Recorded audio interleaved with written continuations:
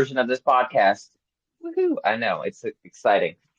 And like always, this show is about mental health, where everybody has a story and every story should be told. And with me in our very first live edition of this show, well, not live, but it will be one day. Here's hoping. We'll get Is there. from the, yes, we'll get there. From the great state of Ohio, she is 647 years old.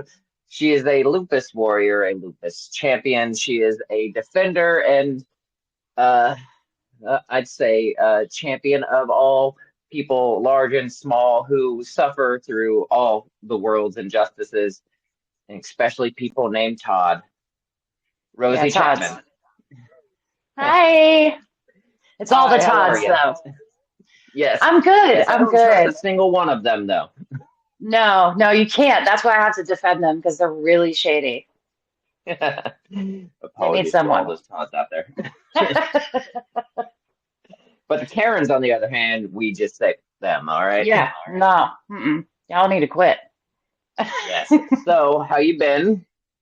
Good, pretty good. As you know, the last month has been a little crazy, but other than that, I'm doing really well. I'm Yeah. excited to be here. I know we've been trying Well, to make this thanks. happen forever. Yeah, about probably about a year and a half, I guess. Yeah, So, yeah, between microphone failures, moves, depression, hospitalizations, yeah, deaths in the family, and the occasional insurrection, I mean, that yeah, had nothing yeah. to do with us, but like we can blame I something mean, on it. I feel like we can claim it. Like just I because it mean, wasn't I us mean, doesn't mean we can't use it. exactly. It's like all those years ago when everybody was blaming Obama for everything. I mean, I still do it. I mean, does he have anything to do with anything right now? I don't know, but I can still blame him for something. I wasn't even alive, and I still blame Nixon for things. I I mean, feel like that's a that's good person to normal. blame. Yes, that is Yeah. that's a very normal thing. So, for those that don't know you, you were just actually in the hospital for like in and out for like what, a better part of a month.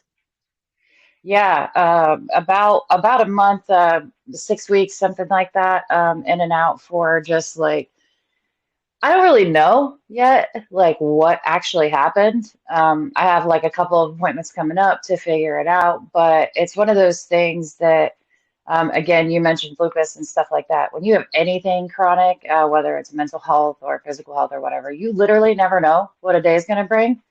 So, especially with chronic health issues, you kind of go through these phases of time where you don't really know what's going to happen. So weird stuff can just pop up out of nowhere and smack you in the face to remind you that your illness is still there. And that happens a lot. So that kind of happened with me, and I was just really, really sick. And yeah, it was a good time. I highly recommend it. Oh, I'm It's just fun. sure. I'm sure. There's nothing better than hospital food. Yeah, it Oh was super fun. God. Oh yes. Yeah. There's nothing. Nothing better than catheters going in places that they don't need to be going. Thankfully, I did not have that. I had the ability to do my own thing on that aspect. So I am lucky with that part, you know? Overachiever. Small victories. So small victories. It's like so. Anyone that don't know me, I've known you for I don't know what's it been like close to 2, 3 years now. It's probably been closer to three and a half. It's been a minute. Yeah. So I Yeah. met Yeah. you really shortly after I joined TikTok. And Yes. Yes. So yeah. so I've been there for 4 years now. So it's been a minute. It's amazing the people that you can come across on TikTok. I mean, there's the garden variety weirdos. I mean, I dear God, I feel Right. like my For You page is dedicated to train wrecks. But Yeah. but yeah, I mean, we came across each other, and I think we've instantly connected, and what we can tell that story later. But so we've known each other for about a couple of years now. So. Um, let's just dive right into the good stuff. One of the very first things that I always ask people that I interview is, what was life like for you growing up? Uh, I had an upbringing. Um, so a little bit of background, not to get too into like, the whole details of everything, but I was raised by a single mother for most of my life, and there are four of us. I am the youngest of four, and we are all literally 2 years apart. My mother had her first child when she was 15. So yeah, it was kind of crazy. Um, she was an amazing mom, not taking anything from her, but when you're a 15-year-old and you start raising children, I was born the youngest of four when she was 21. So when you are that young and raising children, things are a little wild. You're not an adult yourself yet, so a lot, she was learning as she went. And when she got pregnant, her mother decided that it was not her problem. So it was like one of those things where she was on her own, quit school, had a job, raising a kid at 16 years old. So a lot of the things in my childhood were kind of crazy. So she was with my biological father for a period of time. He was crazy abusive. And then they split up, and I was the result of a random hookup. So for years, um, he kind of denied that I was his kid, right? So there was like a disconnect there. And of course, when you're a young kid, and especially a young girl, you see other girls with their dads, and you're like, man, like, why can't I have that? And for years and years, I was just like, oh man, that really sucks. Why can't I have that? Of course, I didn't know about all of the abuse and things like that. But my entire childhood, just to kind of step back a little bit, was a lot of abusive men with my mother and things like that. So, like, there was never a time that I was fortunate enough to not know that was a thing, which is really messed up looking back on it. Yeah, But the yeah. reason I bring that up is because a lot of us who are raised that way, that comes into play in our adult lives in a huge way.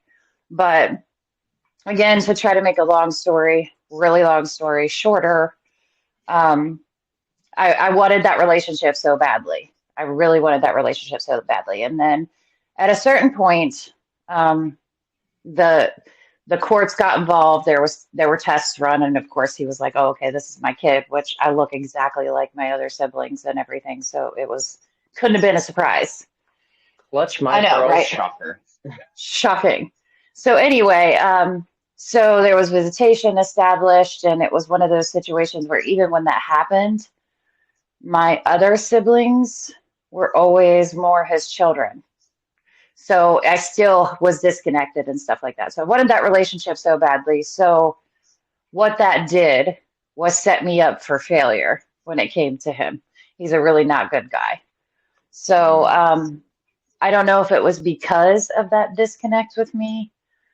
A lot of really, like, him and my mother got back together for a short period of time when I was like from like 9 to about like 10 or 12, something like that. And it wasn't quite as physically abusive. It was still a hot garbage mess. But because I was so desperate for that relationship, I desperately wanted to be a daddy's girl, right? So that set me up to be the perfect person to abuse. So there was all of the abuse, sexual abuse, physical abuse, emotional abuse, all of that. So in that period of time for those years, it was really rough. And part of the thing that happened was, and I don't know if this is, I still to this day do not know if this is more messed up or less messed up. But this is the thing that sticks out in my mind. And if this is too much detail, you can just tell me. But the thing that sticks out in my mind was every time something would happen, it would be acknowledged that it was wrong. And to this day, if you walked up to this guy and asked him, did this happen with Rosie? He would be like, yeah, it happened. It shouldn't have, but it did. And so, like, every time something would happen, he would be like, I know it's really wrong. I know it's really wrong. It shouldn't have happened. Of course, it won't happen again. Don't tell anybody, that whole thing. But it would be like flipped, like, but this is why. You know what I mean? So I still to this day don't know if that's more messed up or less messed up. I think that's just I way can't. beyond the term of messed up. I mean, acknowledging the fact that, yes, I did this. Yes, I know that it's wrong. Oh, I won't do it again. Oh, I'm going to do it again. That's, Right, yeah, I don't think right. there's a And debate on that. I feel like that's just beyond messed up. yeah. And to put this guy into perspective for you really quickly, like it wasn't just one of those things where he was a dick to his children. His entire family has nothing to do with him. Like if you met a guy on the street and you said, "Hey, do you know this dude?" They would be like, "He is a dick." Like every person I've ever met who knows anything about him will tell you that. Sorry for the language, but like there is no other way Oh, I to don't care. describe it. So like anybody you met, his own mother died mad at him. Not a joke. Okay, so Like, you're this guy's a piece of utter garbage when the entire world collectively is like that guy. there is no debate. Like, and he'll tell you, like, but the problem is, okay, so there's this, my mental health issues are a result of trauma, but they're also genetic. Like, it is not a question that it's genetic. I don't know what he has because, of course, there's nothing wrong with him. It's everybody else in the whole entire world. Yes, blame the But world he instead of will yourself. he Yeah. will tell you. He will tell you straight up, yeah, like I don't care. Like I'm an ass and I don't care. Like there's no debate about it with him even. Like and he'll be like everybody hates me and it's cool. And like my sister unfortunately has gotten some of that uh whatever that is, that kind of I don't really want to call it narcissism because I think narcissists as a whole are like not really fully aware of it. They just think that it's like justified. It's disconnected. Like it's like a self-absorption beyond even knowing there's anybody else, let alone manipulating other people. It's like, how do I explain it? It's like not even registering that they're doing it. Like Mhm. it's not a thing. So like it's unfortunate, but it was a wild ride. But unfortunately, when all of that stuff happened, I chose not to deal with it. I chose to not tell anybody. I chose to keep it to myself. I didn't tell anybody, and it only came out years later. Years later, like after they split up and all of that, and it came out by accident. I did not intend to tell anyone, but there was again with my sister there was this situation where she was going through some things as a teenager, and everybody around me made excuses for why she was being kind of generally terrible as a teenager and treating people like crap. So everybody around me was making excuses like, you don't know what she's going through. She's been through this and she's been through this. And, you don't know how it feels to have to deal with things that you don't understand or things that, are really difficult. And I was so angry that everybody was doing that it just flew out of my mouth. And as soon as it did, I instantly regretted it. I said it to my brother and I begged him not to tell anybody. I begged him, like, please don't tell mom, please don't tell mom. And of course, he did the right thing. I was so mad at him, but he told my mom. And then My mom actually reached out to, the police, which wouldn't do anything, and also reached out to my younger sibling's mother and let them know what was going on because I had a younger sister. And yeah, nothing really happened. So Oh, I buried it. I buried it and thought, it's fine. Like, it's gonna be fine. Like, I'll just move on. It's over. It's done with. And that's why people who use the like mental health thing or the trauma thing, when they say it's over though, like you're out of it, you're fine because it's over. Like, I get so angry when people do that because I did that. I was like, oh yeah, it's over, it's done. And I tried to move on. And obviously, that stuff always comes back to bite you. So that was yes. my Yes, it childhood. does. But when I was about 14 or 15, my mom married a really decent guy. He had his own issues, but he was not abusive. He took good care of us. Um, so I got like half and half of my childhood where there was this stable environment at the last half, like when I was in high school and all of that, it was pretty stable. And then the other half was like a hurricane all the time. So I did have half of it, but the weird thing is, I had someone ask me actually on TikTok. I was on a TikTok live and someone came in and said, "What's your favorite childhood memory?"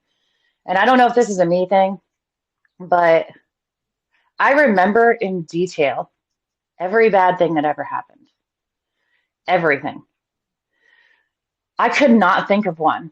I know there were, I know they were there. Like, I know there were a lot. Like, it wasn't all doom and gloom and horrible stuff. I could not think of one.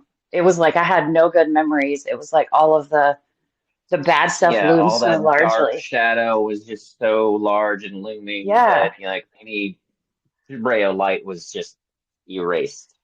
Yeah. So I can't even now, years of therapy and all of this stuff, like I still now have a hard time recalling any of those good memories. And I know they happened. I know they were there.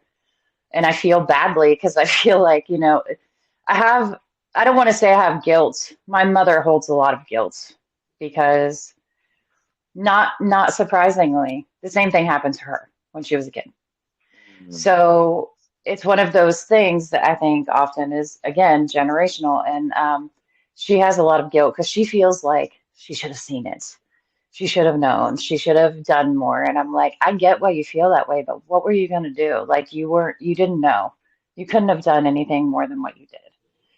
And so sometimes I feel bad because they'll be talking about these things, these funny things that happened when we were kids, or these trips, or these things that we did. And I'm like, I don't remember that at all. And they're like, how? You were like this old and stuff. And I'm like, trauma, emotional damage.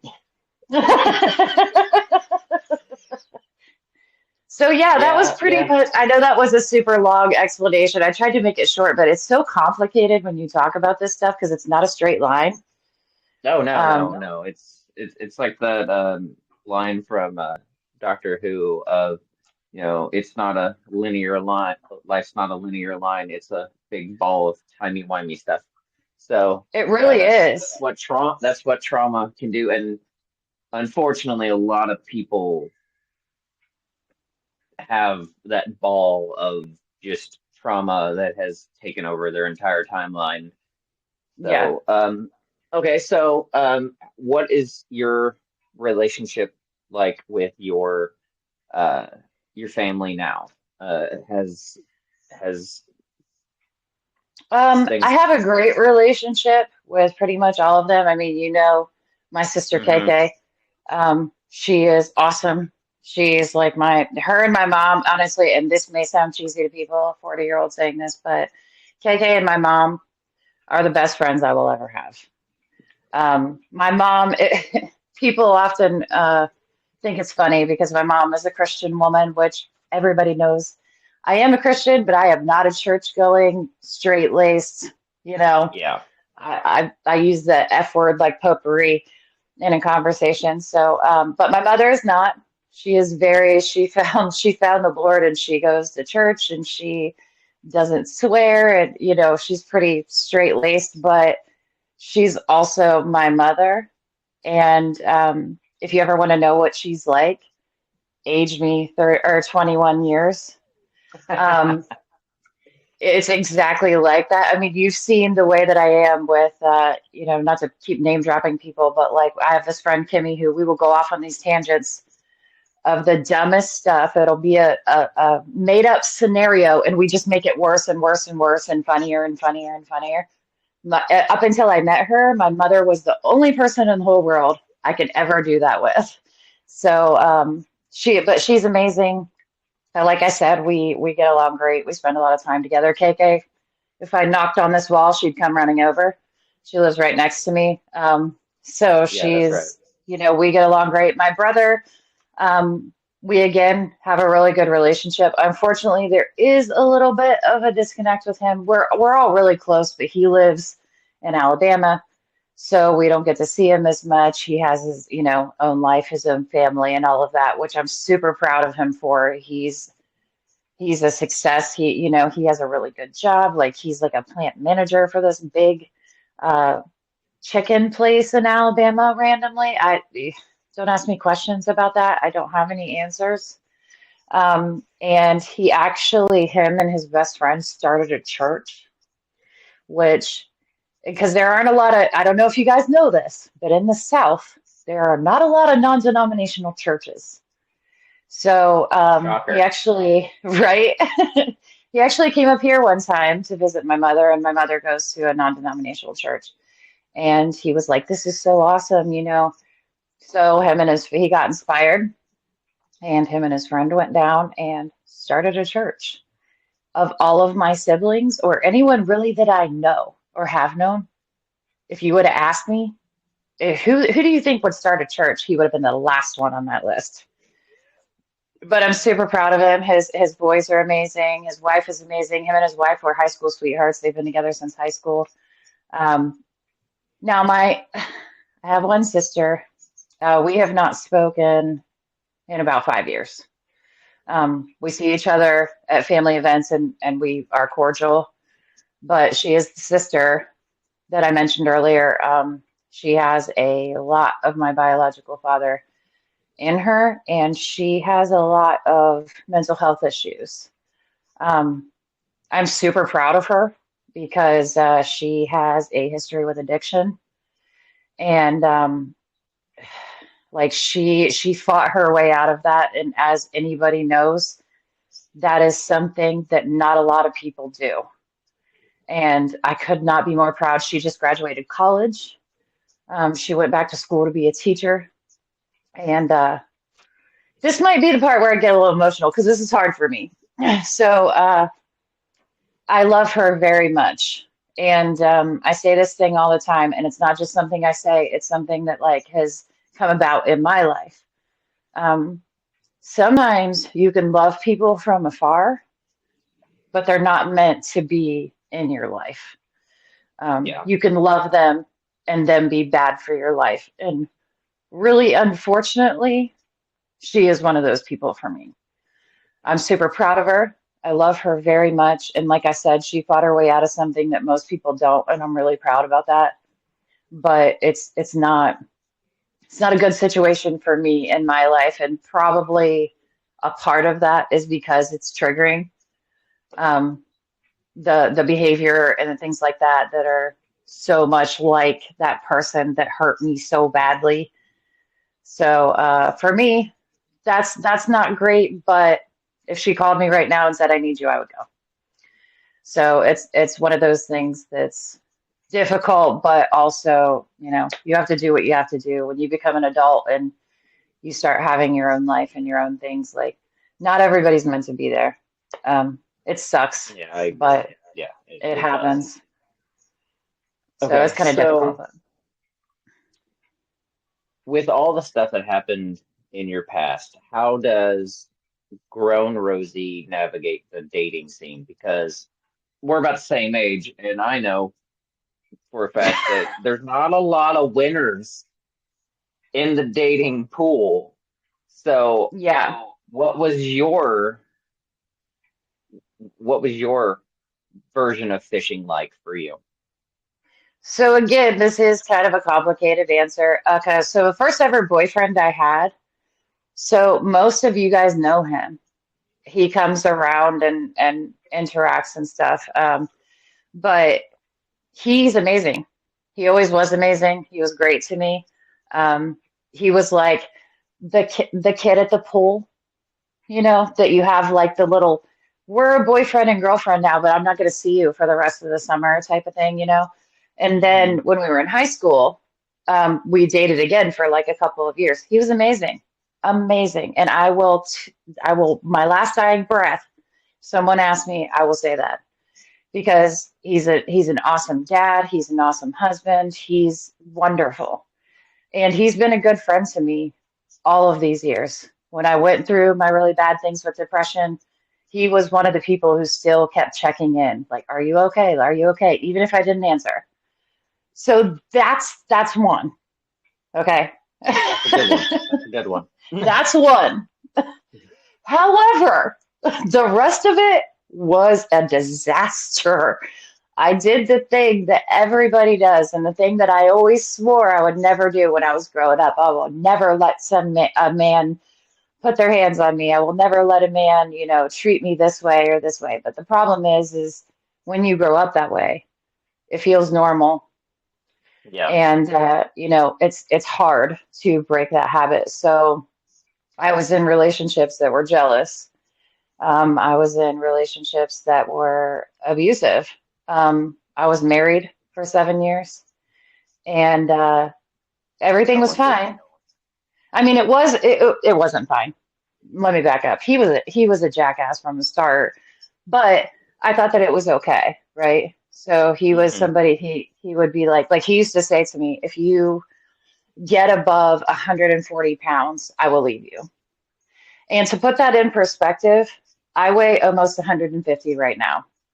So I was this big, and I have lupus, obviously. I wasn't allowed to wear my glasses, um, had to wear the contacts.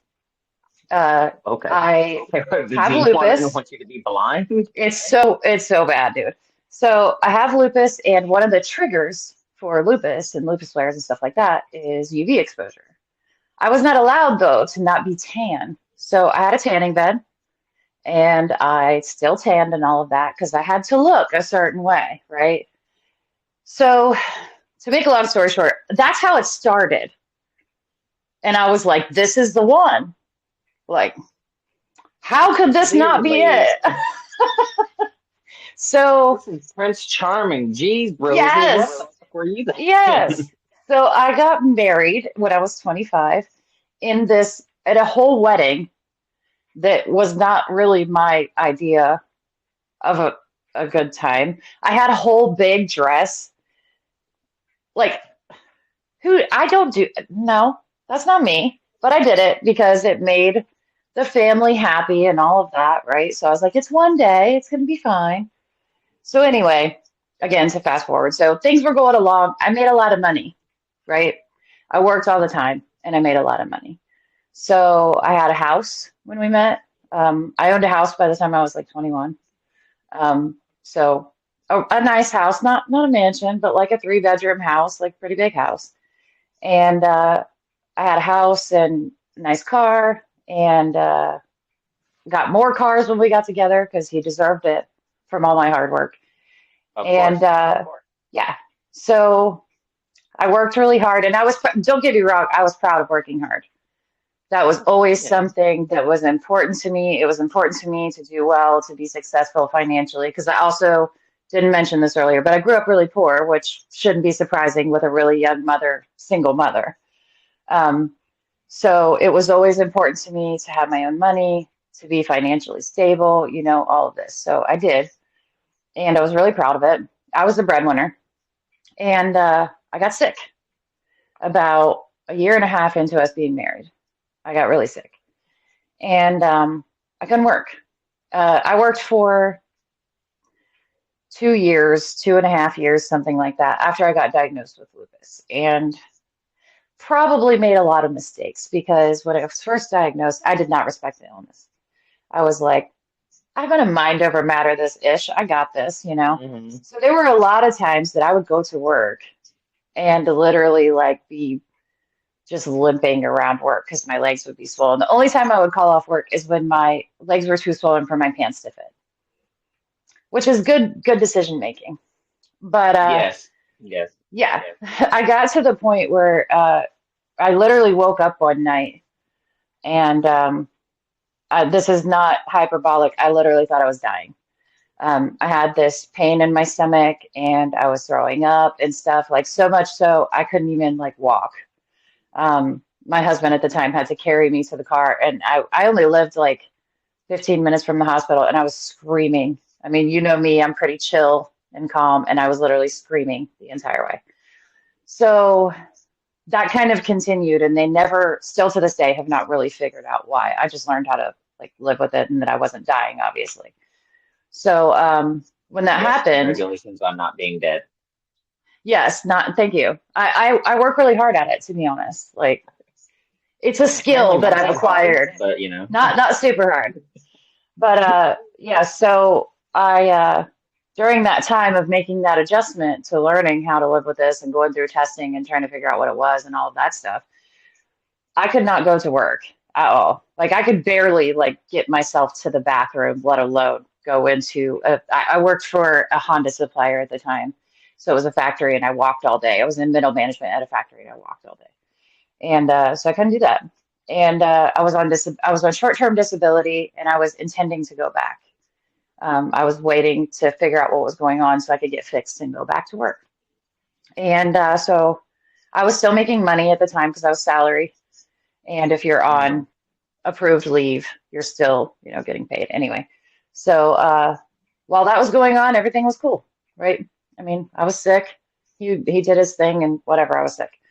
And then a year later, obviously, I timed out my time and they called me and they're like, you know, we're going to have to let you go.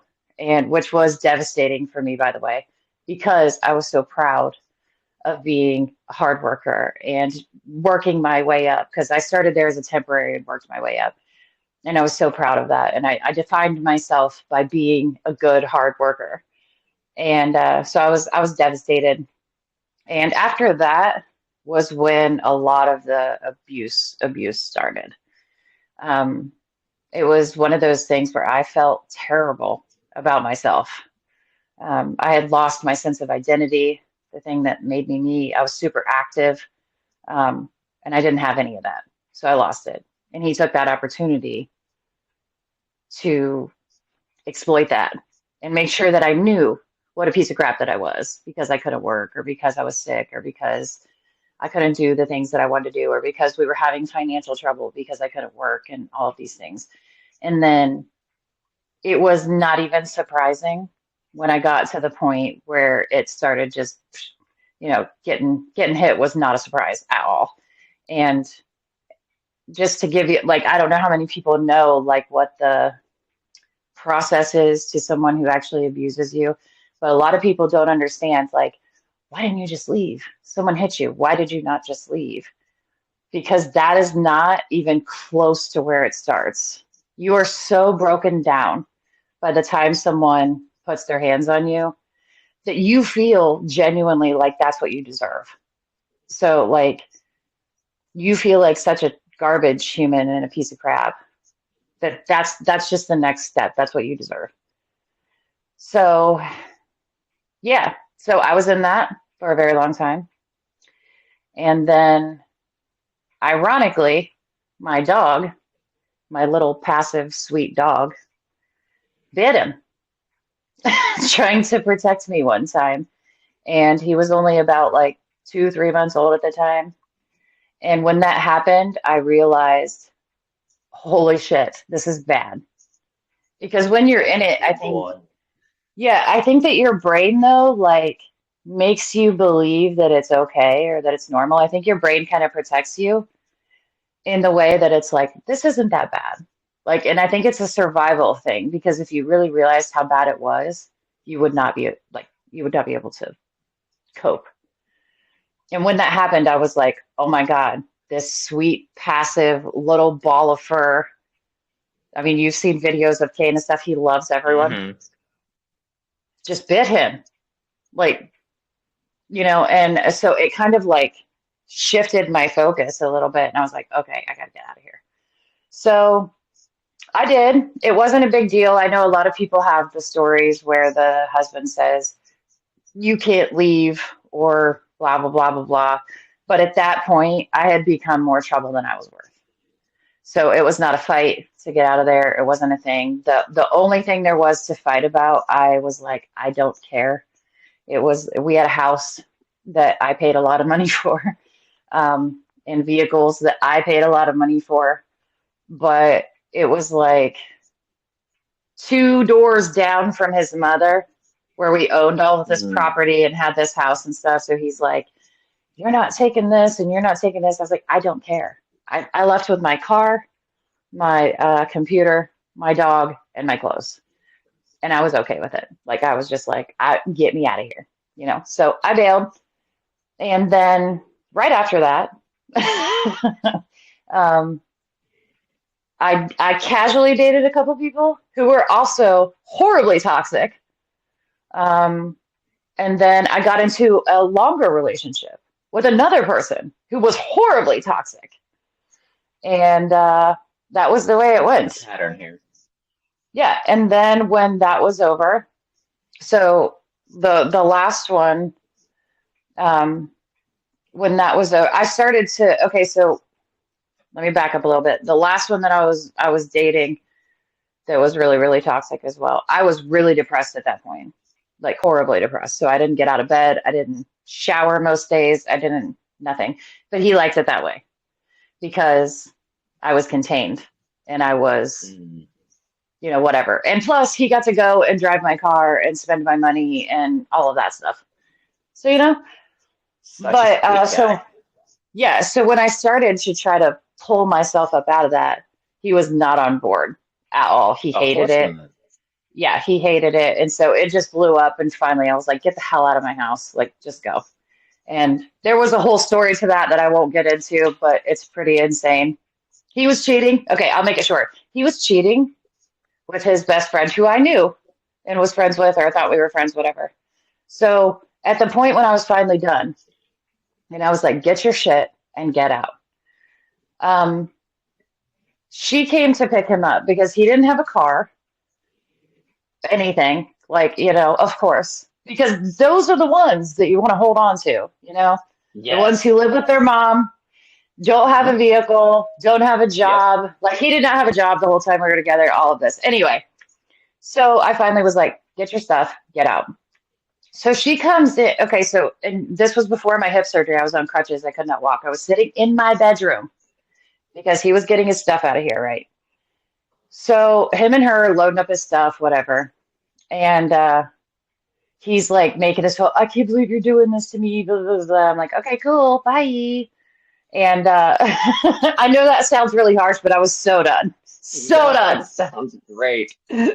So she comes in. Okay, so they leave, right? He gets his stuff in the car and they go.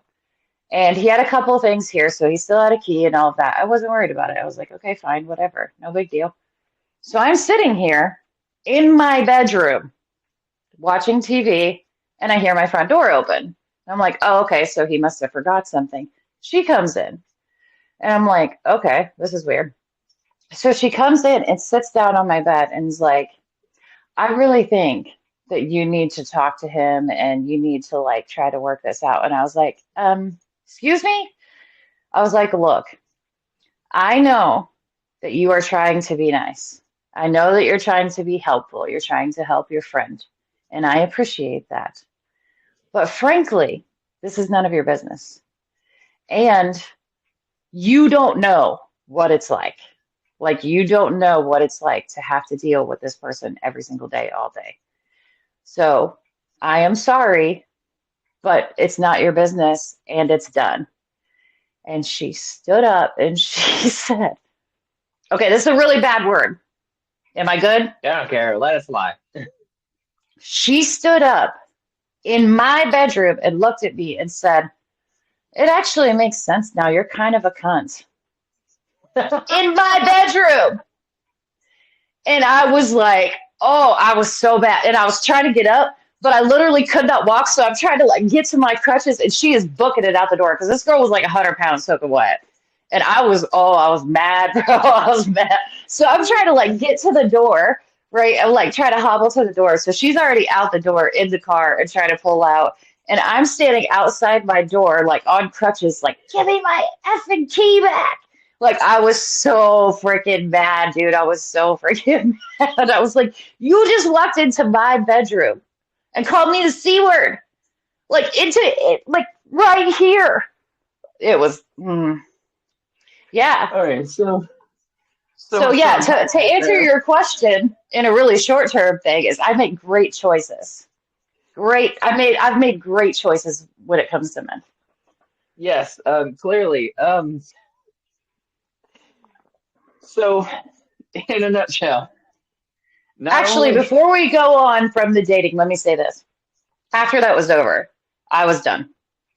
I'm not dating. I'm not doing it. Me and my dog will chill and just be by ourselves, and that's okay. And I was 100% content. And then yes, I that's randomly fair. met this guy on TikTok, which I do not advise. Like Shannon and I are the exception, not the rule. Okay. So Yes, please that's do not true. go looking on TikTok because yeah, it very, very rarely works out. But so he randomly, um, I had a friend who made this video about lupus awareness. That was one of the first things I did on the app because I felt less awkward talking about something like that.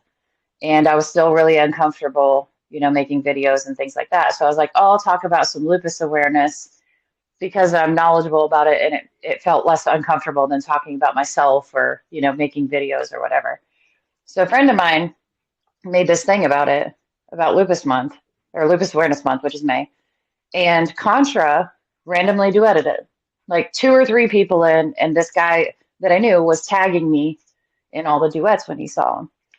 And Contra literally just duetted this video, and you know how he is. He has his hat like all the way down here, and he's like Oh yeah, yeah. sitting He's there. super cool, super chill. Yeah, he's like He's sitting there badass. like just like this. But I thought it was so cool that people who didn't know me, because the video was talking like the original video that they were duetting was talking about me and like kind of my battle with lupus and things like that.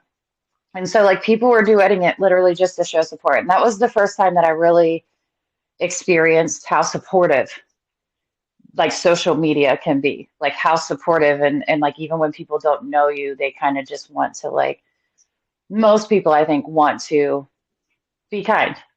So I see this guy and he's just sitting there like this, I'm a badass. And It's a very so great impersonation right there. He I just was nails it. following all these people because I was like, that is so cool that they just are showing up for something that they have nothing to do with and maybe never even heard of.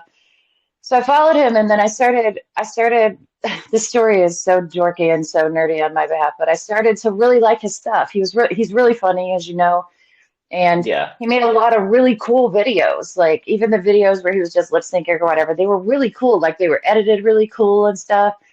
And so I became a little bit of a fan.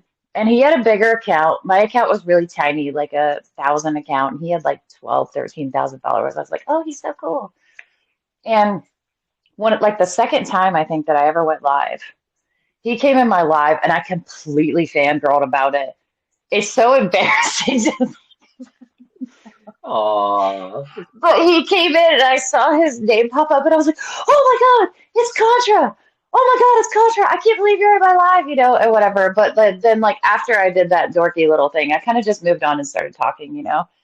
And he messaged me and then like we ended up adding each other on Snapchat. We were just really good friends. Like a lot of people think that we were lying about just being friends and that there was something going on, but there wasn't. We were just really good friends. And so I think I was more honest about who I actually was because I wasn't trying to be Hmm. dating someone or something. I was just like, hey, this is who I am. You're my friend. If you don't like it, that's fine. So we just had a connection, and he's one of the greatest guys I've ever met. He's really kind. He likes to disguise it behind this, look at me, I'm badass, whatever. But he's super kind and he's loving and he's like the most supportive person. Like he makes me feel like I can do anything. And he always has my back no matter what the situation is. So I think that the key for me was to not be dating and just let it happen. Um, because I think that that's why I didn't make a really terrible decision was because I wasn't trying to. Because I Oh can't yeah, do no, that yeah, stuff on purpose. It was an I get accident. that. So like yeah. But I'm Yeah, I blessed, get I'm that at all. lucky, Yeah. and I finally got it right. So I feel really, really fortunate, but it was by accident. It just happened. No, yeah, yeah.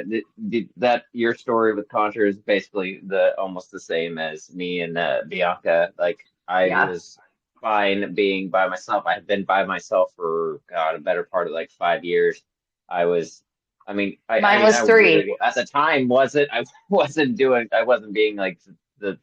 I was trying to be a really good person, but I had, like, I mean, I was having a nice little hoe phase every once in a while where I didn't Hey, if care. you're single, And I am pro ho. I say that all the time. There is nothing wrong if you are by yourself and you are being honest with being a little bit of a hoe. yeah, so like I was told everyone that like I think my favorite phrase during that period was that I was a free agent and like I was just weighing my options and then here comes Right. Bianca and kind of the same Yep. way with you and Contra with TikTok, like I don't remember who started following who first, but I know that I stitched a video of hers and talking about how people were going to fall in love with her dorky, like awkward self. And little did I know that guy was me. You hexed So yourself. I You put did, that voodoo I on did, you. I did. I did, and you know what? I don't regret it to this day. She's probably the best thing that has ever happened to me, other than the birth of my kids. She is definitely I agree. She's one amazing. of the best things that has come from the internet. So. I think that she's kind of like, not to get off on this whole tangent, but I think that she's kind of mellowed you. Like in terms of not that you were ever like crazy or anything like that, but in terms of like keeping you like grounded. You know what I'm saying? Like rooted. She does, like, for all my faults, and I have a lot of them. I know I did this like one TikTok about like I know that I have red flags, and the fact of the matter is that I'm surprised. Like every day that we're together is the day that I'm still surprised she hasn't left me. And Same. ironically, Bianca has kind of said something similar to me. So uh, it's like we're both like it's like a game of chicken that neither like we're too stubborn to lose and we're too Right. too awkward and in a sense too dumb to realize that we didn't really want to play. So we're not Right. playing, but at the same time we're playing. It's a wonderful, It's wonderful a thing. beautiful thing though. It really is. It's a beautiful thing. Okay, so It's speaking of TikTok here. yes, We met the loves of our lives on there. we did. Speaking of the other great things that we found on TikTok, we have found a nice little knit family of Yeah. weirdos, nutcases, and oddballs, known Yes. as the Broken Brain Squad. Yep. So, I that's probably the thing like of everything that I've done, like everything I've talked about, everything that I've like, I've had so many amazing things happen because of that app. And I think it's hard for people who aren't in the situation to understand how you can be so connected to people that you've like a lot of those people. I have never hugged them. I've never been in the same room with them. I've never seen their face to face. But that little weird island of misfit toys is the thing that I'm the most proud of. Um, I did not intend like I was not one of those people. I mean, I think it's obvious to anybody who's like been around it that I never intended for any of this to happen. Like oh I yeah, when I got on the app, I thought, okay, I might have like 50 or 100 followers, like people who like I meet in lives or something like that, but I never intended to post. Um, my first videos were my dog, and that was all I was planning on putting up. But I started to meet people and I started to have fun and I started to like I gained this confidence I didn't know I could have. And through that, I decided, when I started making stuff, I was like, I'm not going to be anybody else. Like, I'm not going to play a character. I'm not going to have a niche. I'm not going to try to be this person or that person or stick in this category. And anybody who goes to my page will see that it is complete nonsense. It is all over the place. Yes, as Um, I like to call mine, which is basically similar to yours, it's basically instant chaos, add water and mix. yeah, and my TikTok is my brain. Like literally, like I Yes. will go, yeah, like I'll go from being like, okay, let's have this serious conversation about domestic violence, and then the next one is me rolling on the ground with a pair of scissors, acting like I'm a ninja. Like it is literally my brain. And like, whatever I feel that day is what I do. If I don't feel like making anything, I don't. Like so through that and just being me, um, we were able to like, I mean, not just me, obviously. I'm not trying to say like, I am the Lord or whatever. But like through us being ourselves, I think we found this like community of people who I think most of us have really similar stories. Obviously, the name, a lot of us have pretty severe mental health issues. And, Yes, you know, yes. I think we that's got one of the people with, reasons why I was kind of drawn to yeah, everybody because I know uh, when we like, again with I don't I think I started following you first or whatever. I don't really remember how any of that works because that was like 3 years ago and I barely remember right? anything. That's what I'm saying. Can't remember if I ate dinner. Right. So, like I know that when we first interacted, you did a video. You were telling your story, and Yeah. then like I duetted it just in support. Now, if I remember right, and I probably am not. I remember watching the video, and I don't think that we had actually even really talked much or even We talked at hadn't all. we hadn't talked at And all. so, yeah, so I remember saying, you know what, something in me is, wanting to just support this woman that I do not really know. And I feel like if the internet is good for anything, it is a bunch of people will support you who have never met you a day in your life a lot Yeah, better than some of the people that you see in your real life every day. So I remember absolutely. doing the duet, and I, in full transparency here, had no idea that it was going to have the effect that it had on you. And It I think did. that was the first time in my one of the first times in my life where I realized just how much a random act of kindness can actually mean to somebody before or more than you will ever know. Absolutely. I remember watching that video. So the video that I had made was like I think it was that Kelly Clarkson song or something about her dad. And I had Oh just yeah, put yeah. on the screen, I put on the screen like a little itty bitty bit of my story. And I remember I was so blown away because it was not long after I posted that you did yours. And I did not expect, like, okay, so again, my TikTok is my brain. So I was like, I don't know why I feel like talking about this right now or sharing it, but I do. So I was like, I'm going to do it.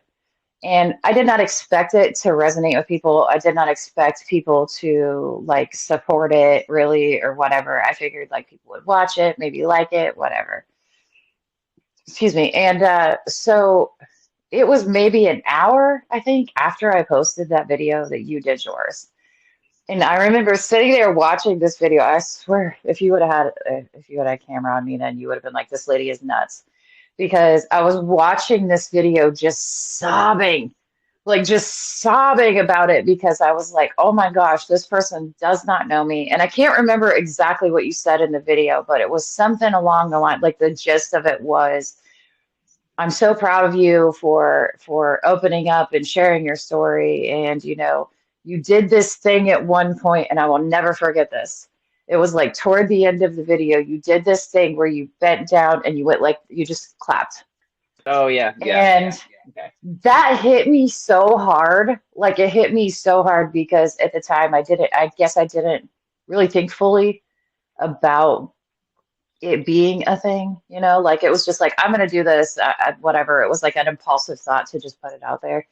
So like when I saw that from you, it made me really think about what I had done, you know, and then think about the fact that this person who does not know me and has not really talked to me, like I think we were friends like on the app, but we hadn't really talked. And I was like, this person just went out of their way to make me feel supported. And that absolutely blew me away. And I was just like, I was so touched by it. And still to this day, even thinking about it, it makes me like want to cry about it. So it's just, but again, I don't think people really understand that connection. But something that I think happens, like you had said earlier, like, um, seeing all of these people come from different places but have this thing in common. I think something with social media, you have people who will talk about social media. It's toxic and it's drama and da da Hmm. da da da.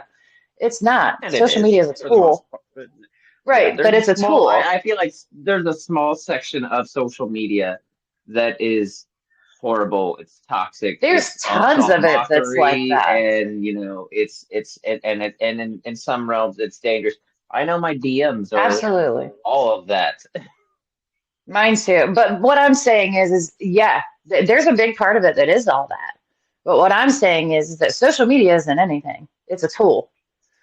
So like if you are a person who is accepting or projecting drama, toxicity, all of that, that's what you're going to get. If you let Hmm. it come in your little bubble and you decide to keep breeding that, because in the end, social media, if you don't give people attention for something, they will stop doing it on social media because that's why everybody's there. Anybody who says, "Oh, I'm not here for attention," they're lying. Because if you didn't want some kind of attention, you just make videos in your bathroom. Like or and never post them or whatever. So like everybody's in it for some little at least bit of attention. But Yes. I think the thing with social media though is that you can cast such a wide net. Um, a lot, when we were growing up, this stuff wasn't a thing. So it was like No. you connected with who you could best to who was around you. But that didn't mean that they were necessarily your kind of people. So, like with Hmm. social media, you can cast this big wide net and you can actually find people who get you and who have similar experiences and things like that. And we've gotten lucky to find, I think a lot of us have similar stories where we felt either unseen completely or someone always told us that we were too crazy or too wild or too dorky or too I weird or mean, hell, whatever. I still get that to this day. So. Yeah, me too. But I also like it in the funny, but it hits different when you have people who get that part of you. Like it doesn't feel so devastating for people to say you're too weird or you're too this or you're too that. When you have a whole group of people who get that, who understand that weird and that crazy and that dorky and that stupid part of you, to be honest, we do a lot of stupid things. We do. Yeah, there's not even a doubt on that. There's a lot of stupidity that comes out of But I'm so out proud of of it, us. honestly. I'm so proud of it because we do a lot of silly, stupid things, and most of the time the conversation is not anything but complete nonsense to make people laugh. But then when it comes down to it and someone needs something, everybody jumps in. And I think Okay, that's so yeah, rare. and that is a great segue to so we talked about you being diagnosed with lupus and stuff like that.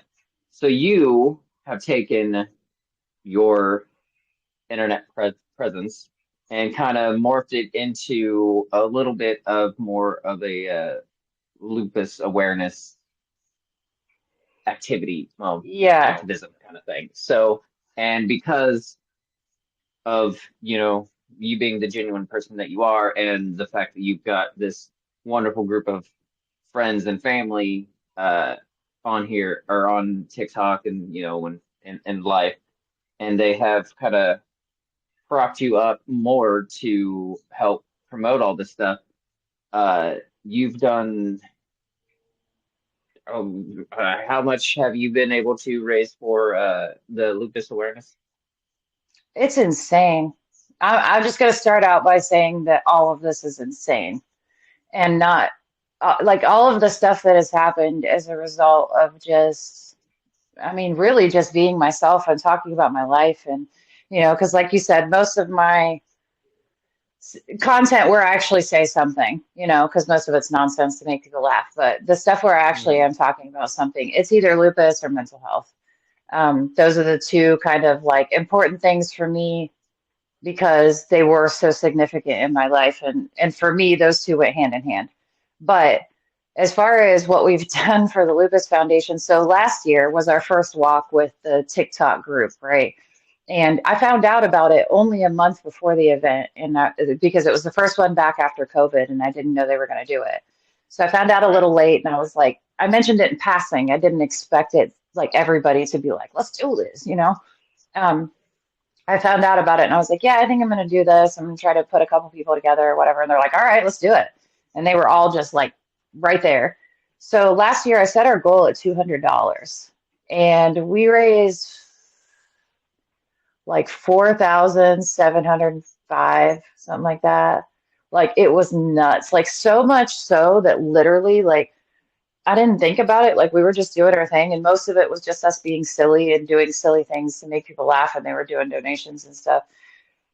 But we did so much that literally the guy who was in charge of the event kept emailing me, like, "Oh my God, you guys are doing awesome!" Like, da da da da da. Like the next closest team to us, I think, was like $1,600 or something. So like we destroyed that. And then this year so far, okay, like I'm so disappointed because everybody did everything they could, but I was so down. Like I got sick for that whole month, right in the middle of when we were trying to get started going and stuff. So like a lot of stuff, hasn't gotten done because I've been so messed up. So as it stands right now, we're close to 2,000, which isn't like we're still leading the team competition and stuff like that. Like we're still like at the top of that and everything, but like I wanted to do more, and being the type A psycho that I am, of course, I'm disappointed because I'm like, I just really wanted to do all of these things and I didn't get them done. But um, we still have a month left, so I'm hoping that we'll come in somewhere around where we did last year. But because of all of that, I just did a podcast with people from the Lupus Foundation, and you were talking about the support that they've given making all of this and stuff, and this is kind of funny, but kind of messed up. So during that podcast, we were just talking about lupus things and the walk and stuff like that. And I had told everybody, of course, that I was doing it, and it was not on TikTok. It was on like some multiple like different platforms, but it wasn't on that one. And they're like, "We're there, whatever," and they were. The whole comment section was all BBS. I think there were two other people in there. And at the end of the podcast, right? So we're talking about all this lupus stuff. And of course, like they're being amazingly supportive, talking about how great it was. And at one point, I couldn't see the comments at first because I didn't know where to find them. I found them like halfway through the podcast. I was like, oh, there they are. And I'm really glad for that because if I had seen them, I probably would have been crying because, like, at one point, Creepy Aaron, he has his moments. He did this thing where he kept talking about like me impacting people. And he was like, hey, put in how far away you are and how far Rosie reached to reach you. And they start putting in their states and stuff like that. And it was like, oh my gosh. And I was so glad because when I went back to watch the podcast, I saw it. And I was so glad I could not see that because it was crazy. So anyway, they're filling up the comments. And of course, in the middle of that, I'm getting roasted about my big forehead and all of that stuff because that is normal. And at the very end of the podcast, so I had logged off, we all said goodbye and I had logged off. And when I went back and watched it, I saw it because they were like, just so you know, this happened. So the CEO of the Lupus Foundation was one of the people that was on the podcast. And when I had logged off before they had turned their mics and cameras off, she was taking off her headphones and she was like, that was pretty much all of her people in there. Why didn't we get anybody else? And I was like, so it was kind of one of those snide comments where she was like, "Where is everybody?" It was just Rosie's people that were here, and I'm like, "Oh dear." So yeah, I've gotten to do some really cool stuff. I got to go to Washington D.C. as you know. I got invited to, they paid for my trip to go out there and advocate for funding and a couple of bills that are going on or that we're trying to get on the vote. I mean, which will affect everybody. The Lupus Foundation's putting it forward, but they're two really great bills that are going to affect everybody. And not to get all into politics, but one of them is to keep insurance companies from making you do like nonsensical treatment in order to get the treatment you need covered. Like a lot of places want you to do PT before you can get a surgery, even though everybody knows it's not going to work. Oh, yeah. So that's one of them. The other one is to keep copays in check and keep them from jacking up crazy amounts of stuff and not having basically any rules. It's like that Thunderdome of pricing. Like I have one medication that costs $15,000 a month. Like that is insane. So I mean, Yeah. obviously there's help, there's grants and things like that, but you shouldn't have to do that. You shouldn't ever be in a position where you have to think, oh my gosh, am I going to eat, or am I going to be able to take this Yeah, am I life-saving gonna have a medication? place to live, be able to eat, or not die? Yeah. And this medication is literally like, it's not like pain medicine or something like that. It's like a medication that keeps the vessels in my lungs open. Oh, you know, So the option for not this important at treatment all. is medication, lung transplant. Those are literally your only two options. And they can charge Hmm. whatever they want. But Yeah. anyway, I digress. But yeah, so I've gotten to do some amazing things just because of the support that like these people have offered and them being like behind me. And there were people last year who came out here from the BBS from multiple different states and Texas and North Carolina and New York and all of that. And then this year it's like even more people are coming. Like it's honestly overwhelming a lot of the time and kind of crazy to like realize that these people give a crap enough about you to not only, be there for you, but like to literally show up. There are people in my life that don't do that. Like in my life every day that don't do that. So that's priceless, irreplaceable. So as we've gone over an hour here, so we're gonna Yeah, sorry. I'm gonna I wrap. get a Yeah, little no, no, chatty. no, no. Actually, to be honest, the uh, the show is usually about an hour, but I usually have like a timer on my old like just like audio podcast where it would Hmm. tell me like, hey, you're coming up on time. I Right, just never. I'm like, oh crap, like, hey, we'll do a part two where I'll hit record again. right. But this is a whole new run, so like we're just Yeah. winging it. So overall, at your lowest point, what made you stay? What made you fight harder to stay? Uh, I honestly don't know. I mean, the thing that I always say to people, whatever your reason is, it's a good reason. It might be a plant. You might be like, I gotta water that plant tomorrow. Like one of the things for me, and we've kind of like skipped around it, I guess. I mean, we've talked about everything leading up to it, but kind of skipped around. Hmm. Um, my depression was consuming, and I've talked about it, but not really talked about how bad it was, and I'll never be able to really explain how bad it was. But like I said, it was a couple of years that I literally did not leave my bed but to go to the bathroom. I ate here. I, did everything in this bed right here. Um, I wouldn't shower for weeks at a time sometimes. Um, I cried all the time. I mean, obviously, these people are going to have listened to me talk for basically an hour. And I would go weeks without even saying a single word to anybody. I mean, and that's not an exaggeration. Um, People would text me or call me. I would not answer because I just was like, I just couldn't. Um, so it was really bad. And at that point, uh, I did this thing, not to get too dark. I had attempted before. And then I did this thing where I knew I had serious health conditions. So I just stopped fixing it. I just stopped treating it. I was just like, I'll just, it'll work. Like, it'll work. And then I won't have to feel like I did something.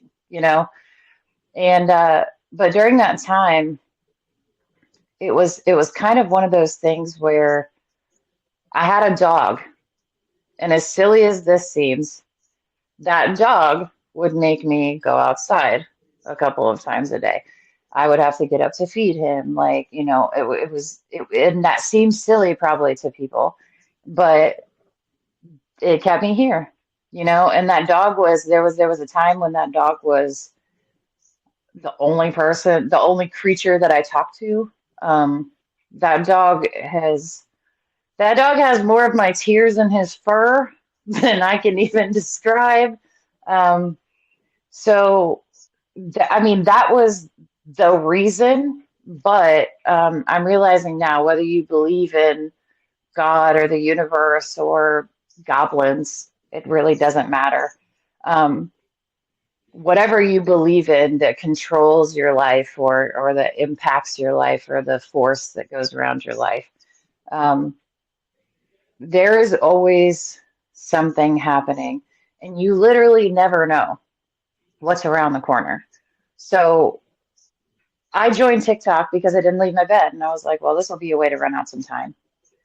And then I met all of you guys, and I met, Contra, and then I started doing something that feels meaningful to me, like talking to you right now. If one person hears this podcast, you and I talked about this. If one person hears it and is like, oh, that makes me feel less alone, or I feel like, I'm not the only one who went through this, or that makes sense to me, and I think that I can get through this because this person got through it, then every single thing that I went through feels worth it to me. Every single thing. I wouldn't take back any of it. And I've gotten to do these things where, people, the thing that's blowing my mind right now, and this is kind of, it's going to sound unrelated, but it's related. The thing that's blowing my mind right now, like I did that lupus podcast, and that's what kind of set this stuff in my brain, is that people are listening to what I have to say. And for so long, I felt like I had nothing to give. Like, I talked about that loss of identity with losing my job and things like that. And like, I felt kind of useless. And I felt that way for a really long time. So, like, I felt like I had nothing to give. I had nothing to offer. And that was what put me in that depression hole. And that's what kept me there, is that I was like, what's the point? I have nothing to offer anybody or anything in this world. I'm just here. I'm not contributing. And so, like, it's amazing to me now that just being who I am and just talking to people like we're talking to each other right now is impacting people. That's absolutely blowing my freaking mind. And I think that, like, I feel like I sound arrogant and I'm not trying to, but like I feel like I've been doing that for a while. Like one person, like talking to them behind the scenes, or even, them seeing videos or anything like that. Like I feel like I've been doing that, but I think it didn't feel real to me until recently, that it's doing something, like that it's making a difference, even if it's a small one, even if it's one person, even if it's five people, whatever, like that's actually doing something. That's just blowing my mind. So like my reason for all of that stuff is that it's to help people, to make people feel less alone, to make my story mean something. Because if you don't, all of that bad stuff, all the trauma, if you were abused, if you were, neglected, if you just had a rough life, it's useless and it's hopeless and it's meaningless if you don't do something with it. Like that's really it. Like if you do nothing with it, it's just bad shit that sucks. So I want to do something. What does Rosie appreciate the most about her life right now? Oh man, there's so many things. And that's another thing that's weird to think about. There are so many things. Like the first thing that came to my mind was, oh my gosh, there are so many things. And I think about like this happens to me all the time where I get really overwhelmed because I will look around at my life and it's great. Nobody's life is perfect. Don't get me wrong. I'm not saying it's perfect. But I think back on that time where I didn't want to be here and actively tried not to be here. And I think, oh my God, what if I had missed this? Like what if I had missed all of this stuff that is coming my way now and all of the people. So like the people, I mean, is really the answer, is all of the people in my life. Like that's always the answer for me, no matter what. Like you can replace anything. You can have the nicest house, you can have the nicest cars, you can have all of the things. But the people in your life, that's the stuff that's irreplaceable. That's the stuff that makes it worthwhile. That's the stuff that makes it meaningful. And in my opinion, that's what you get the most back from. Um, it's not a selfish thing for me to reach out to people. I mean, it kind of is. It makes me feel good. But like getting back from those people is what's crazy. Like I never set out to build this community. I never once even thought that I was doing that while it was happening. And when it happened, I still didn't really realize what I had done. So having people that will just show up for you, whether it's, they don't hear from you for a little while, and that's weird. So they reach out to you and just say, "Hey, are you good?" Like, you're being quiet. Like they notice if you're okay or you're not. Like that kind of stuff is irreplaceable. So the accidental awesome people that I've managed to surround myself with, I don't know how I did that, but I am so beyond grateful that I did. And that is the best thing in my life by far. Okay. Now this is the last one, and this is probably going to be the one of the deepest questions that I'm going to ask you. Oh, shit. Hang Yeah, on, let me get get a ready. drink. All right. Mountain Dew break. You are face to face with the young version of you. What do you tell her? Oh, my goodness. Man, you hit me with a hard one. That's what I do here in your head. I Yeah, try to like leave people happy at the end of the show, but I'm like, that's not where the money is. that's an amazing question, actually. I feel like, to be honest with you, I will make the answer simple. But if I'm being really real about it, I'd be rolling out a scroll. Like, this is all the things you need to know. You better study. Um, I think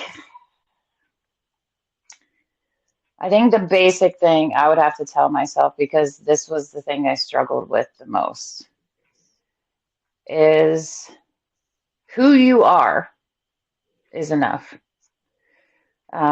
For so long, again, when I talked about losing my identity because of my job, and, um, I struggled a lot, like feeling, and one of the first things I said in my story when you asked me about my childhood was that I was constantly wondering why I wasn't enough for my father to want to be there for me or to be in my life or things like that. So I think that if I had to break it down to kind of like a basic thing, that would be kind of a thing that's been a theme throughout my life, is feeling like who I am is not enough. So I have to, and I do it still. I try to be better about it, but I still do it. I mean, when I'm constantly like feeling like I need to perform for people, even in conversations with the people that we talk to all the time, I still always am trying to keep the conversation going. I'm trying to be funny. I'm trying to make people laugh. I'm trying to make sure everybody's comfortable. You know what I mean? So I've always kind of been like, it's the things that I do that matter. It's the things I can produce. It's the things I can give to people. It's the job that I do. It's how good of grades I get. It's all of that. So I think the basic advice would have to be that like who I am is enough. Like just to be myself and just to offer who I am to people, and that's enough. And the people around me now tell me and prove that to me all the time. I'm just stubborn and hard-headed and can't quite get it in there. Okay, so clearly I'm a liar because that just triggered a That's couple more okay. questions here. How how do you turn it all off? Like, I mean, okay, whenever you're on the screen, like you're on a TikTok live, you're like doing some kind of promotion thing for the lupus awareness, for your friends, for your family. I mean, hell, even sometimes I'm sure even Contra, but how do you turn that persona, that aura, that character part of you off and just be you? Who are you? And pardon the phrase here, but it's a phrase that I learned on One Tree Hill. Who are you underneath the clothes? Who are Right. who's that, you know, that raw, that naked, that pure Rosie? Like, how do you turn So the all that off? to be 100% about it, like I'm not different when I'm just like stripped down. I'm just not as like whoop, oh goodness. Sorry. I almost kicked over my thing. So I'm not trying to say like it's not a character, you know what I mean? Like I know that wasn't what you were saying, but like I'm trying to be clear. Like I'm this person all the time. Like I'm never different. I'm never like if you ask Contra right now, he wouldn't say, "Oh yeah, she's much more chill at home," or anything like that. It's just I think I don't really know. I don't really know to answer your question. I'm not really 100% sure. But Does does because I know with me, like I've always been kind of described as an empath. So like like I absorb everybody's like. That's why I same. honestly took a break for a while from the show, is because I was talking to so many people about all these horrible things. So like I just kind of just took upon their Yeah. like their sadness, their sorrow, their Yeah. depression, and it made my shit way worse. But like I don't talk much. I know we have like we have a group chat, and we do like the TikTok lives, and I'll jump in every once in a while.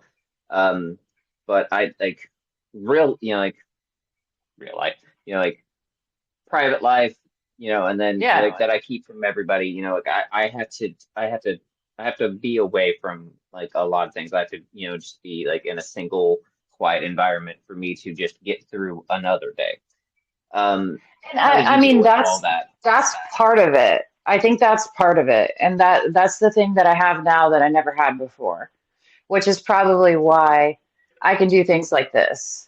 Like when you asked me the first time, you had brought this up like years ago, and I was like, I don't know, because I wouldn't have, I wasn't ready. Like I was not comfortable enough with myself to do something like this. So part of the thing I think is having a safe place to land and a place where like, okay, so to answer the question kind of in a short version is Contra. It's my life at home. That's how I do it, because the thing that he's so great about is And again, I have this in my, I don't want to sound like it's only him, but like he's a huge part of it because having a person or an environment or something you make for yourself where all of you is accepted and all of you is okay. And if you just want to be quiet, it's okay. And having someone who can just be quiet with you and it's not weird. You know what I mean? Like there are times where we'll just like be sitting there on our phones or, just whatever, just in the same space. It's not weird. It's not awkward. It's not, we need to say something. It's not, oh my God, I'm on my phone. Am I not paying attention? Like you can just like chill and all the parts of you are accepted. Like I have a seriously neurotic side, like really, really bad. Like I have OCD and not in the, oh, I like things to be clean. You know what I mean? Like I have OCD. So there are a lot of times where things are really overwhelming and my brain won't stop and I'm fixated on really stupid things and stuff like that. But all of that stuff is accepted. You know what I thought I saw something. See, there it is. Anyway, but having a place, regardless of what that is, whether it's a person, it's a place you go, if it's or your dog or your cat or whatever, that you can just like not be someone, that you don't have to talk, that you can talk if you want to, that you can just be kind of unfiltered yourself. That's what it is for me. Which I don't know if that makes Right. sense or not, but it did in my No, no, head. yeah, that makes sense because like I know for me, I'm a very quiet person. I have a loud persona. I mean, between the wrestling background and and the show, I have to honestly put myself in a character form Yeah, to be able to do those kind of things because I'm horrible in large groups. I have just like a yeah, bad phobia about being in large groups unless I'm able to get into a character. Of course, being very close to or having a shrink tell me that I'm showing all the signs of a certain multiple personality. Uh, that doesn't, it helps and doesn't help at the same time. But whenever it comes to things, but like so rambling here. I'm a I like quiet. I think the world's always so loud. So yeah. and so like, with me and Bianca, it's I had to tell her like I think probably early in the relationship that I don't like a lot of talking. Like I don't do a lot of talking Yeah. unless like I have something to say, and then I'll talk. And it took for I think it like for a lot of people like in my past relationships it was always weird to them. Like it was But I think unacceptable. Like you have to yeah, do this. yeah. So but Bianca's been very good about it because like I try to talk to her like all the time, like video calls, so that's Yeah. or phone calls. But hell, the video call is usually always up, whether she's at work or I'm at work or neither of us are Yeah. home or whatever. Yeah.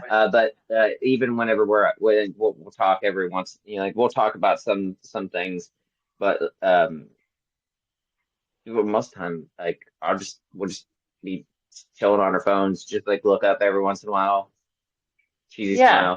smile, it Yeah. and it's really like it was always unexpectedly on how reassurance that was for me that like okay, Yeah. this person accepts me. I don't have to be something else. Yeah.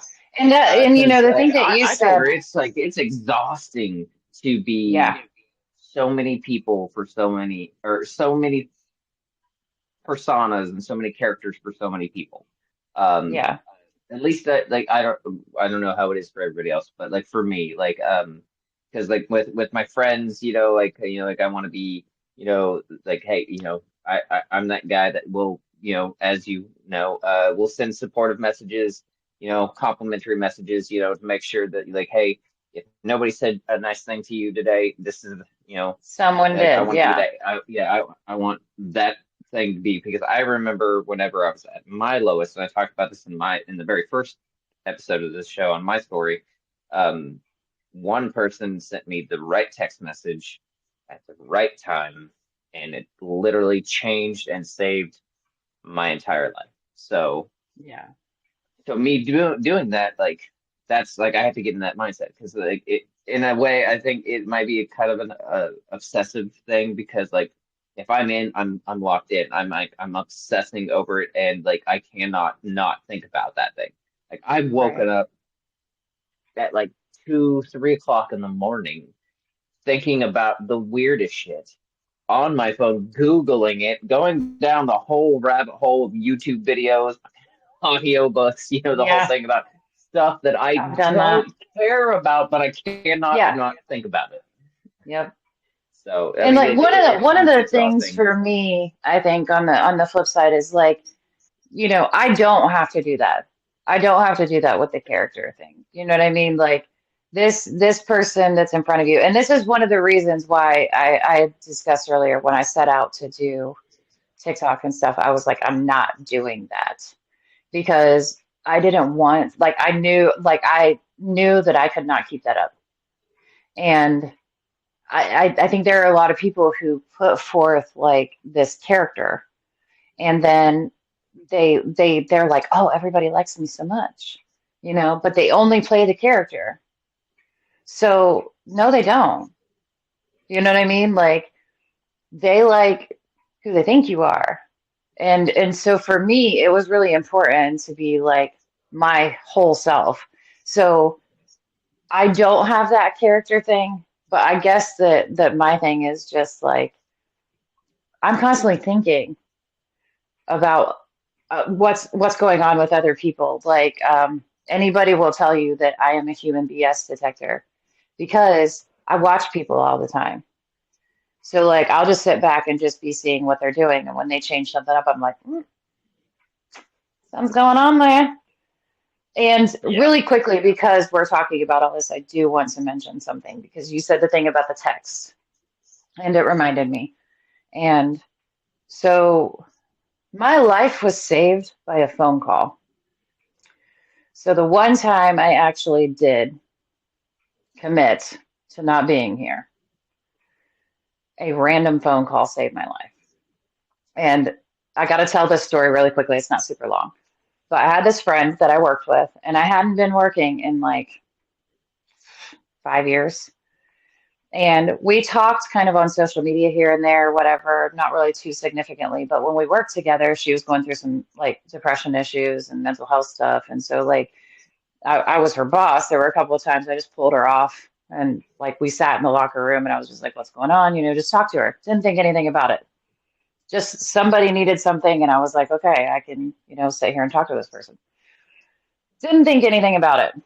And then randomly, like we talked a little bit and stuff. And I had made the decision to do something, and I did.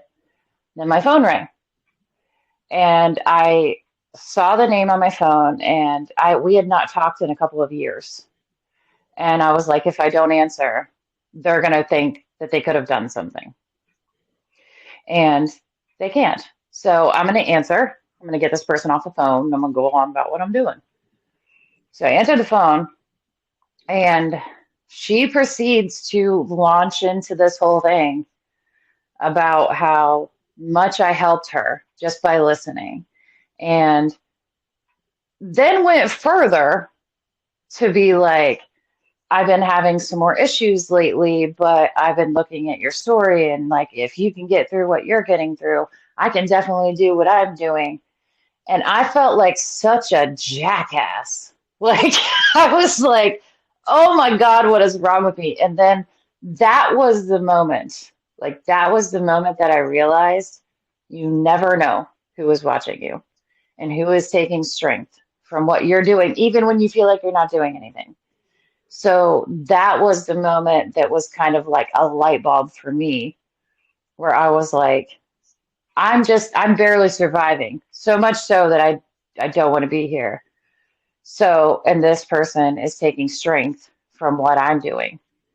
And so, like, I instantly got off the phone, made the things I needed to do to undo this thing, and I never did it again because it was like, you don't know who's watching you, even when you think nobody's watching. Like, at that moment, I was really alone.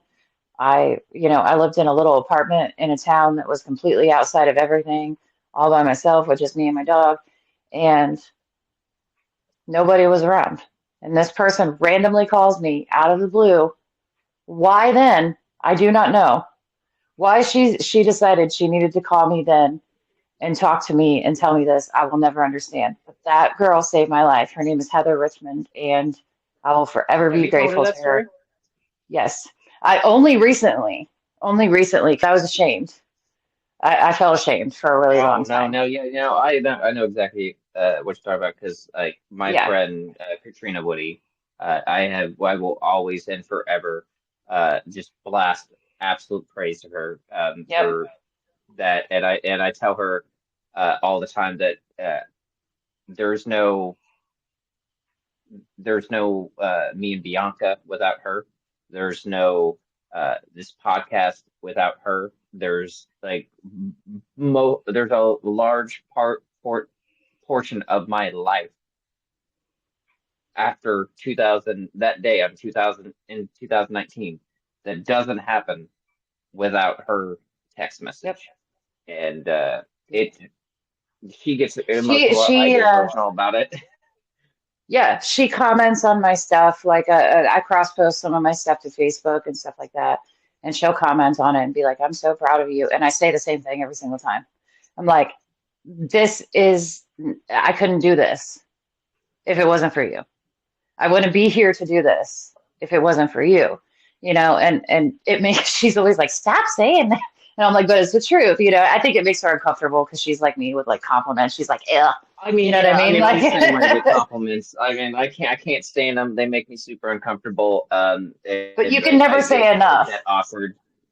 Like, Yeah, if someone saves yeah. your life, you cannot say Oh enough no, no. I ever. honestly, like, I honestly believe that that woman that saved your life is, uh, she got that feeling that like so many people get like, hey, like like I haven't talked to this person in a while, or like, like I just get this feeling, and like I gotta call, or I gotta send a Yeah. message, or like, or I gotta pop over, or whatever.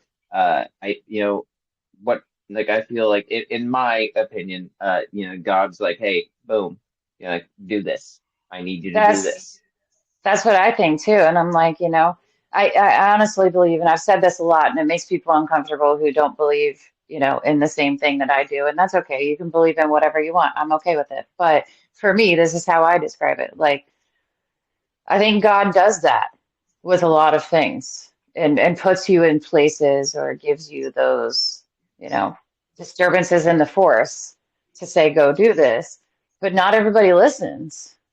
Not I know. everybody follows that and stuff. So, like, the people who do, you know, the like, it's amazing. And like, the whole thing with the BBS and all of that, like, I honestly believe that we were put where we were needed to be at the right time. Because a lot of us, when we met each other, we were not good. Like, we were not okay. Like, we were all struggling. We felt like, we were alone and things like that.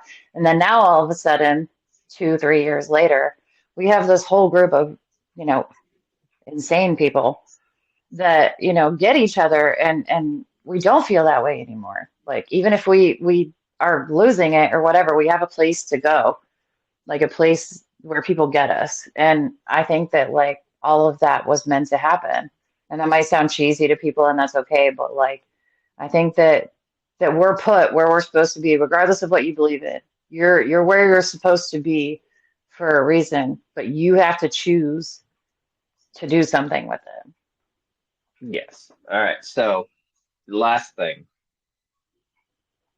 if there's somebody out there that is just struggling, or has just got like a diagnosis that is just mind blowing or anything like that, what's the one thing that you would want to tell them?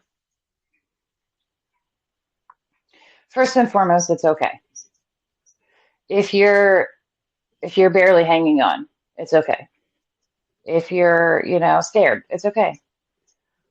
Um, I think sometimes with any of that stuff, with your mental health, if you get a diagnosis, like I was actually just talking about this with someone today because I have a friend who's going through, like she has the same illnesses as I do, and she's going through a lot of stuff. And she said, I was like, she's like, I just don't feel like I want to do this anymore.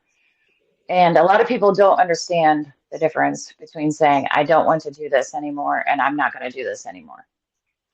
There's a difference. You can be frustrated, you can be defeated, you can be fatigued. And she said, I said, you don't have to be strong all the time. And she said, I try that, but then people were always like, you got to be strong. And I said, then throat punch that person and then tell them to be strong about it. Like you don't. Like if you're exhausted, if you're defeated, if you're frustrated, if you're scared, all of those feelings are okay. And the biggest thing, like the thing that took me a really long time to figure out, is that you can have multiple conflicting feelings at once and they can all be true. So you can feel brave and you can feel defeated at the same time. And you can be frustrated and you can be grateful at the same time. All of those things can be true. So I guess the biggest thing is give yourself some grace.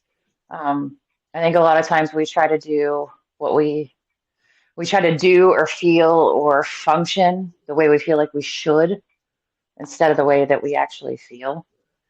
And so I think giving yourself validation for being a little bit of a mess is important. And feeling your feelings is important. I shoved all of mine aside for years and years and years, and then I didn't get out of my bed for a couple years. So it always catches up. And man, one of the hardest things I think is to realize that you're defeated, but you're never done. Like the only way that you ever lose any fight, whether it's illness or mental health or any of that, the only way that you ever really lose the fight is if you stop fighting. That's the only way. So that's the most important thing, is just to feel all your shit and like be okay with being a mess. Because I think we all go through that. That's very true. So, thank you very much for coming on the show. I Thanks know for it's been having a me. very long time coming, but before you go, I want to thank you for not just the work that you do with the Lupus Foundation, but just the work that you've done on all the people that have come into your life. You, just in the short time that we've known each other, you've been an amazing friend, a glorious light in so many dark places. And I just want to thank you for that. You are an absolute gem. And I know you're I'm going to trying tip not you. to cry. So I know you've texted me in the past and gave me COVID twice. And so like I won't keep that going. You know how I No, feel on it, about you honestly, and our friendship. So I thank you feel for the all of same. this. I feel the same for you. Like at those messages you're talking about earlier, um, you would be surprised the amount of times that those messages have reached me when I really, really needed them. And I think I usually say that, like I really needed that. Um, I don't know. You have like this mojo of like just because you don't send them. It's not like you're sending it every day. You know what I mean? Like you're just No, sending them every day. You get these like weird, like the disturbance in the forest thing I was talking about, and I just appreciate who you are. Like I said, my first introduction to you was you just being overwhelmingly supportive about something, and I'm so grateful for that. And I am so grateful to be on the show, and I just want to say thank you so much. Like I know we talked about this a little bit in private, but sometimes it's healing to be able to just talk about your stuff in a way that someone else gets. Not everybody is comfortable to be able to talk to you about this type of stuff, and that's okay. But like, it's really healing sometimes to sit down with somebody who you know gets it and who is trying to, like I said, use it for something that makes it meaningful. And so I'm really grateful, and I want to thank you so much. And we're going to stop this now because it's getting uncomfortable. Like we've been nice to Okay. each other for way too long. Okay. You're So, right. This is honestly the first, no, I'm sorry, the second or third serious conversation we've ever had, and it's yeah, gone entirely too long. I know. And So, you look funny and you smell like cheese. I don't know. so, all right. All right. So, Thank thanks you. everyone for watching and listening to the show, and I will see you next time. Bye, Rosie. Bye.